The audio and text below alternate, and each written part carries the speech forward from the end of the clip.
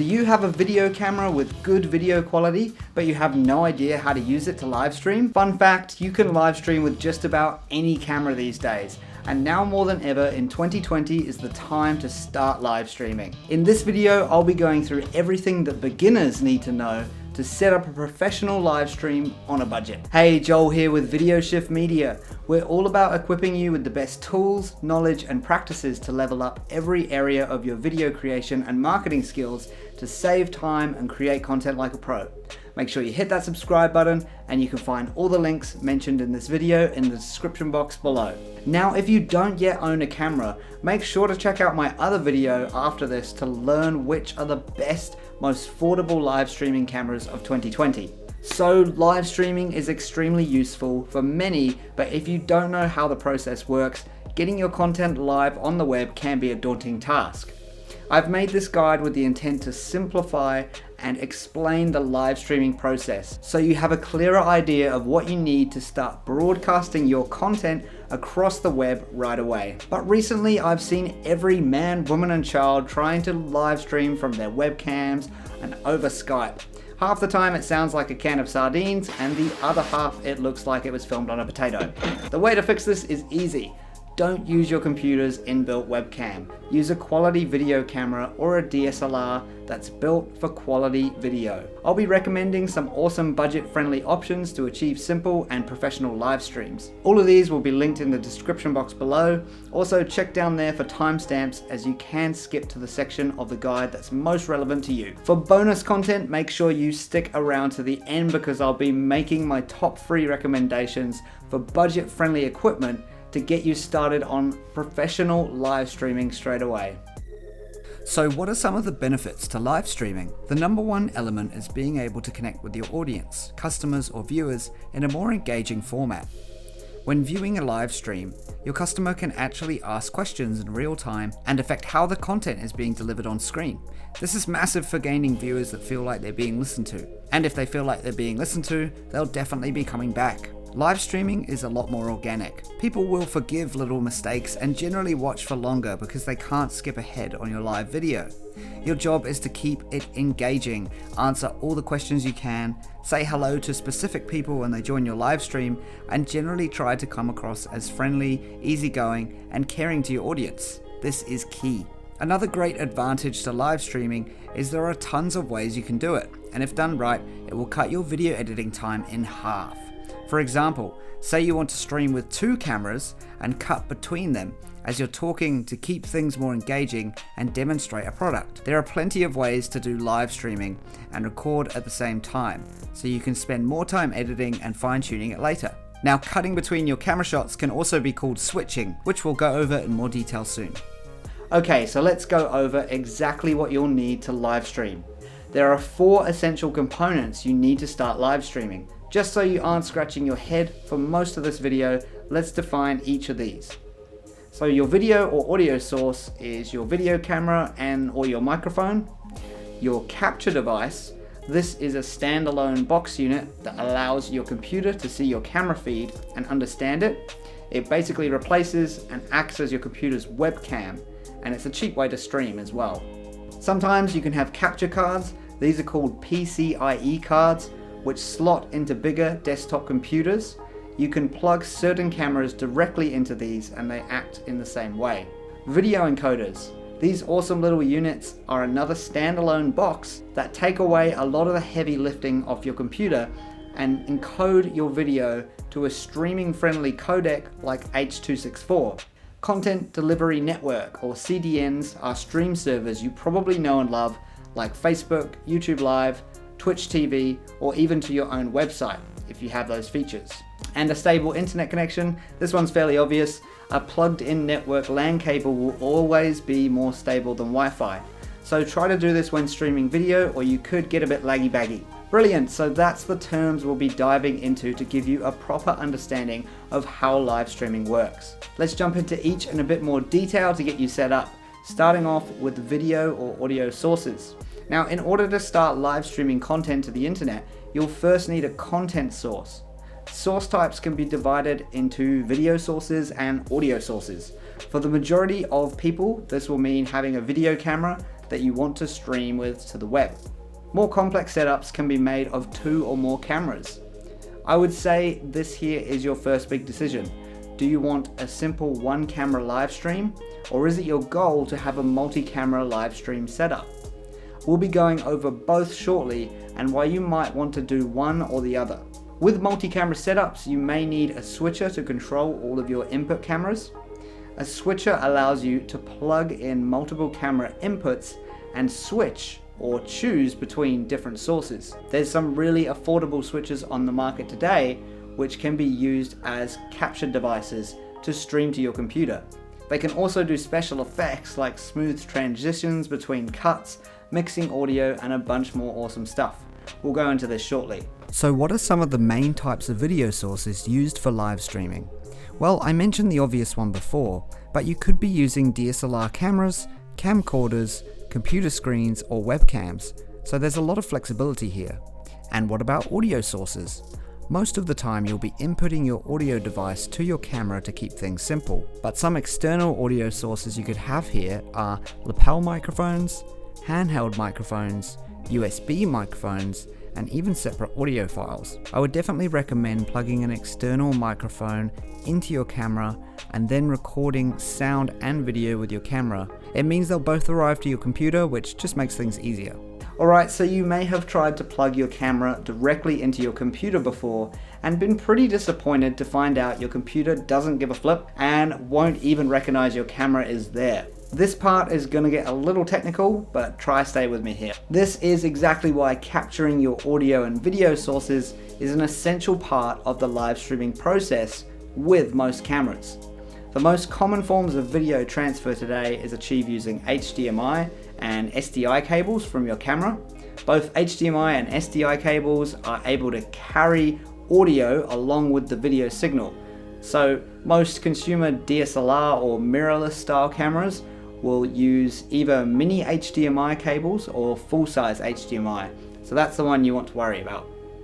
Assuming you'll be streaming using your desktop or laptop computer, in order for your computer to recognize your video source, a capture device is needed. These can either be a standalone box with USB or Thunderbolt connection to your computer, like the Blackmagic mini recorder, or as PCIe cards, which you manually install to your computer. So basically, if you're using a desktop computer and don't mind giving some of the processing power to streaming, you can use a PCIe card like the ones from Blackmagic to directly plug your camera sources into your desktop machine. Let's call this a capture card. If you're using a laptop or computer that you don't want to be bogging down with streaming, a separate capture device or encoder will be your way to go. We'll go into encoders shortly. In the interest of keeping things simple though, the Blackmagic Ultra Studio mini recorder has a simple Thunderbolt unit for Mac users. You can get adapters for these, so they can be for Windows as well, but this unit has HDMI and SDI connections for cameras. If you're looking for something a bit smaller, the Elgato Camlink 4K is another great option for PC and Mac users. Capture up to 4K video from your camera with this great little device the size of a thumb drive.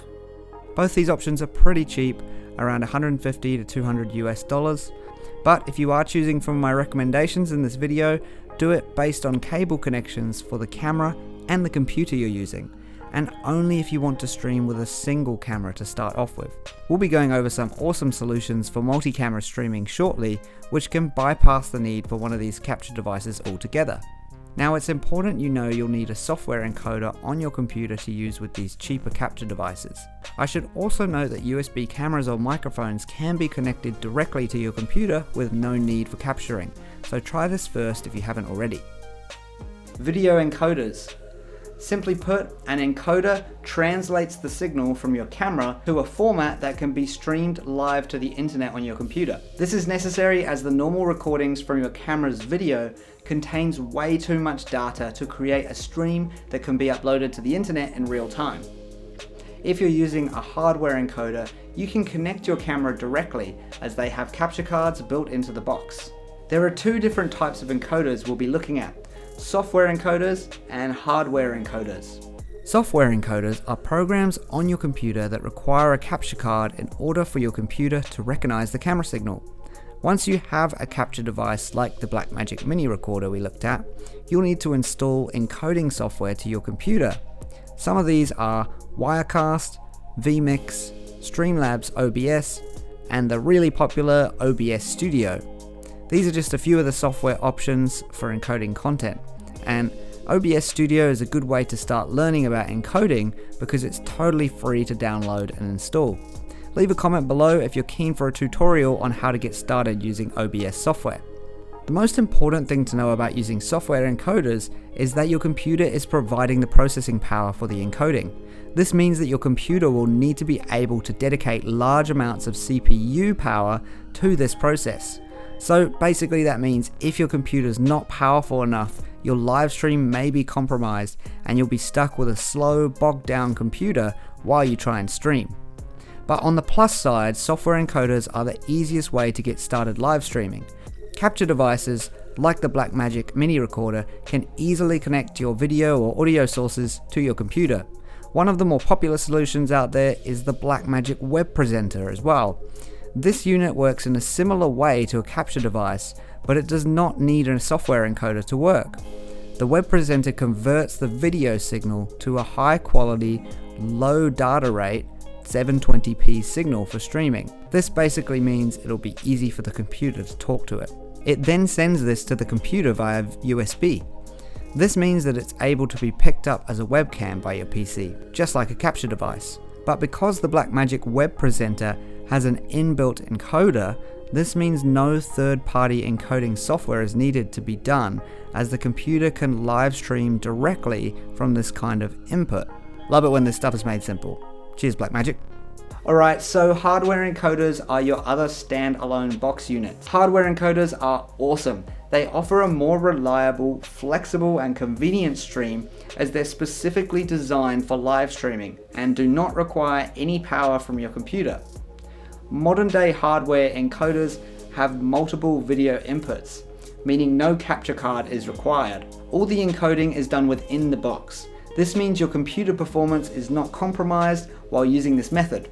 Hardware encoders need to be connected directly to a network via Ethernet or Wi-Fi in order to stream. An epic little encoder I'll mention is the Magewell Ultrastream. Coming in HDMI and SDI versions, the Magewell Ultrastream is a streaming encoder that can send your stream to multiple destinations at once, up to 1080p at 60 frames a second, which is huge for the price tag. Stream to platforms like YouTube Live, Facebook Live, and Twitch, or a custom RTMP website. At the same time, you can record the stream to your smartphone via Bluetooth and a super easy to use app, or a USB drive plugged into the front panel of the USB port. All the device's streaming and recording controls are found on the mobile app for iOS and Android devices. Simple push button controls and start-stop streaming and recording are on the unit itself as well. What I've recently found is you can use this app software on your computer's internet browser too, just by inputting the Magewell's IP address, which is really handy. The HDMI input can even accept 4K video, so streaming from PCs or game consoles that support 4K output doesn't require any other hardware stuff. Use the HDMI loop output to view your stream on a monitor as well. So if you have live audio over your streams and recordings like a narration or a voiceover, you can use the 3.5mm input jack to plug in a lapel microphone and the other 3.5 jack to monitor on headphones if you like. So that's really cool. So I honestly think the Magewell is really worth the money. This is really exciting, guys. So live streaming platforms, also known as content delivery networks or CDNs, are the site or program you use to make your live stream available to your audience. There are both free and paid platforms, the most popular of which are the free options, YouTube, Facebook, and Twitch, and the paid versions are Vimeo, Dacast, and Streamshark. Both free and paid streaming platforms will require you to sign up to their site and sign in to start your stream. Each streaming platform is unique in terms of its functionality and the audiences that use it. For example, Twitch is mainly used for gaming, whilst Facebook is better used for community targeted content. Alright, so it's the moment you've all been waiting for, fancy multi-camera live streaming. I'm going to briefly touch on this one as it probably warrants a whole video of its own, but all I can say is, If you want to stream, record, or do both with multiple video sources, a cost-effective switcher is what you'll definitely want to invest in. Why multiple cameras in the first place? It might sound super complicated, but well, this is the next step to getting your live stream or recording looking more like a professional TV production. Multiple camera angles will add production value as your stream looks more impressive to viewers. Switching between cameras will help hold your viewers' attention for longer, and different angles can help tell your story better. Like, for example, switching to an above angle of a product unboxing, or switching to a close-up to see more detail on a subject or a person. You might think this all sounds super complicated, but Blackmagic, the company, actually makes it pretty simple to switch between cameras for beginners with this little guy, the ATEM Mini. With the ATEM Mini from Blackmagic Design, you can have up to 4 cameras plugged in via the 1080p HDMI inputs. This guy actually has inbuilt live streaming up to 1080p video to a computer, as it's a capture device itself, which we learned earlier means it will show instead of your computer's webcam. You can output your video view onto a monitor, and it's easy to use with large backlit buttons and a streamlined control panel, as well as software on your computer. There's plenty more features on the ATEM Mini that it can do, and there's even a pro version of the ATEM Mini as well, but we'll save all that detail for another video. For now, here's a quick startup guide to setting up your live stream. Step 1. Connect your video source to your encoder or your capture device, ensuring that everything is turned on and receiving power where necessary. Step 2. Configure your encoder. Adjust your encoder settings to match the output you desire. Resolution, frame rate, and bit rate are common settings that need to be changed.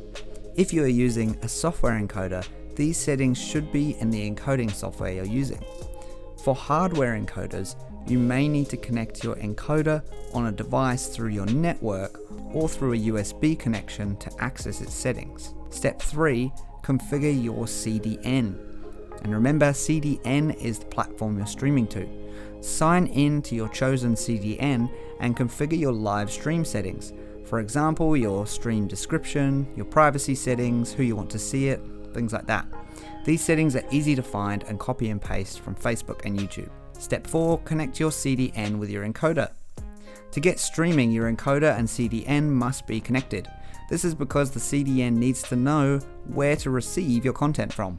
The CDN and the encoder are linked together using a stream name or a vital stream key. The stream key is provided by your CDN, so it's usually provided by YouTube or Facebook, and it's usually found in the advanced settings on the stream page. Simply copy and paste it into your encoder's settings on the user interface. Step 5. Press the stream button on your encoder and you'll be live streaming your content to the internet. Phew! That's it for the main guide to live streaming. Hopefully you're feeling a little clearer on what a lot of these technical terms mean. But as promised, let's check out our bonus content for today. My top 3 recommendations for equipment to get you started live streaming. So number 1 would have to be OBS Studio. OBS Studio can stream straight to Twitch, YouTube, Mixer, Facebook, and many other platforms. A much wider range than you'll find in other streaming software. It's even possible to stream to multiple platforms at once.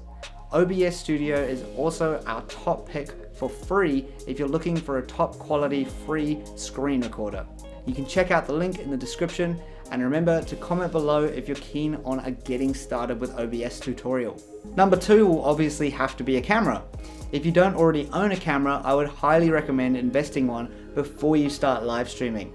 A lot of cameras today actually have live streaming encoding as an inbuilt feature, which means you can connect via LAN or Wi-Fi directly to your computer and start streaming. Check out my guide on the best live streaming cameras in 2020 in the description box below for ideas on which cameras will best suit your needs. My third and final recommendation for gear to get started would depend on whether you only want a single camera or a multi-camera stream and recording solution. If you only want to deal with one camera, the Magewell Ultrastream HDMI encoder is an incredible buy for the price. Usually encoders like this quality are around $2,000 to $3,000 in their broadcast quality, so it really is great value for money. Not to mention recording to the internal drive on the Magewell, recording to your smartphone via Bluetooth, all while streaming to multiple servers like Facebook and YouTube at once. I can't stress enough, usually you would need a third-party software like OBS to stream to multiple places at once, but the little Magewell lets you do it all within the box and within their app, so it's really cool. And of course, if you intend to use multiple cameras, or you'd like to work up to that point in the future, I just would grab an ATEM Mini. Hands down, you will not be disappointed. It's insanely cheap for what it's capable of. I believe even cheaper than the Magewell Encoder at this point. This is a device for those wanting an entire production value setup from your studio with easy to use controls. And as a pro tip, if you buy a camera from Blackmagic as well and plug it into your Blackmagic ATEM switcher, you can even remotely control the cameras all from your computer, making it super easy for 1 or 2 people to organize a shoot. Well, that's it for now. Hopefully with this guide, you'll have a clearer idea of how live streaming works and what's needed to get your content live on the internet. If you have any questions, feel free to drop a comment below and I'll try to answer as best as I can. If you're looking to buy a live streaming camera, make sure to check out my best stream cameras for 2020 in the description below. Thanks so much for watching. If you found this video helpful, please don't forget to subscribe as well and turn that bell on. Alright guys, cheers, peace.